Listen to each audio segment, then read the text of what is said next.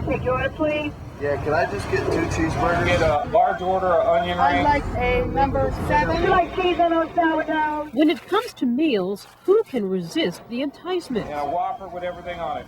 Fast food is everywhere. It's cheap, supersized, and fattening. And kids can't seem to get enough, especially after school. Used to be that children raced to playgrounds for physical activity, but today it's TVs, computers, or malls where they hang out. Throw in the fast food, and this is what happens. A nation of overweight kids. This is an epidemic. This is the new plague. Obesity now is the #1 disease worldwide nutritionally. Dr. Christine Wren is a gastric surgeon at New York University Medical Center. They're developing diabetes as children. There are children now with asthma, with high blood pressure. There are children with obstructive sleep apnea. They're the kinds of problems which used to afflict mostly adults, but now it's kids who are suffering. Nationwide, nearly 8 million children are overweight or worse, obese, around 50 pounds heavier than average or more. It's a frightening situation which has led their parents and doctors to resort to drastic solutions to get them healthy. 14-year-old Gabby Pazinski and her 16-year-old sister Angie have been obese for years and are desperate to lose weight. My highest weight was about 315 pounds. How about you, Gabby? I think like around 280 somewhere.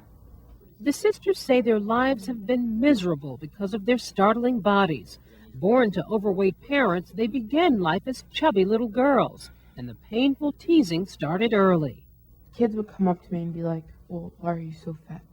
And just day-to-day life in school was a nightmare. You just prayed for the bell to ring. After 4 years of struggling, including a summer at a weight loss camp, Angie did manage to drop 50 pounds, but can't seem to lose any more. But many obese kids, like 16-year-old Melissa Panay, who once weighed nearly 300 pounds, are taking a bolder step. For 6 months, her doctor prescribed Meridia, the adult diet pill. She lost 65 pounds and says for the first time she feels pretty. And 16-year-old Gina Lucci has dropped 15 of her 200-plus pounds on the drug, too. But if she's not totally successful, she plans to do something which many doctors find shocking: stomach reduction surgery. Dr. Wren, who's performed the operation on more than 800 adults, says surgeons rarely consider doing it on kids until recently. She herself has operated on 5 teenagers because she says sometimes it's the only option. I feel that I'm saving their lives, and I'm preventing them from developing medical problems, or at least treating their medical problems. Why not send these kids home to take on a proper diet and exercise and sort of do it the old-fashioned way? When you're talking about 50, 60 pounds for a child, that's like an adult trying to lose 100 pounds. But surgery is pretty serious. Risky. Surgery is very serious. And done on children?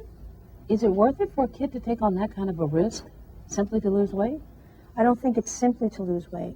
I think it's to cure a disease. They are at risk, a very high risk, of becoming a morbidly obese adult, which then increases their risk of death. To change their odds, here's what the surgeons do. Some, like Dr. Wren, place a band around a portion of the stomach to make it smaller. Others cut it in two, making it the size of a small pouch, then reattaching it to the intestine. Either way, the patient feels full much quicker while eating. And afterwards, there's a strict diet, much smaller portions, and no more of those greasy French fries or milkshakes. But it's a sacrifice Angie and Gabby are willing to make. Their mom, herself dangerously overweight after years of failing at diet and exercise, agrees that surgery is the only solution left for her girls.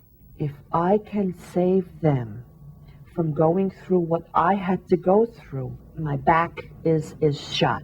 I think I've done everything else that I can do. And people are going to give me some good arguments saying diet and exercise, diet and exercise. But I just don't want to wait anymore.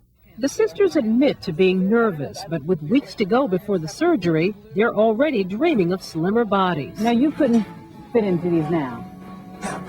But when you lose weight, this is at the top of the list? Yes. Yeah?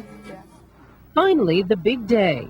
Angie and Gabby head into Pascack Valley Hospital in New Jersey. Remember Melissa Panay, who took Meridia? She only gained back 5 of the 65 pounds she lost, and she appears to be doing well, despite the fact that the drug has been linked with increases in heart and blood pressure in some patients. And as for the stomach surgery on kids, there have been 2 deaths reported, but the teenagers we met are all doing fine. Whoa! Look at you too! Oh my gosh! Angie has lost 41 pounds already, and her sister Gabby has lost 53 since their surgeries in October. What's been the biggest change for you? Wearing belts. I hate belts. And now I want to get abs. Their success is further evidence for doctors who believe that controversial treatments, even with the risk, are well worth it.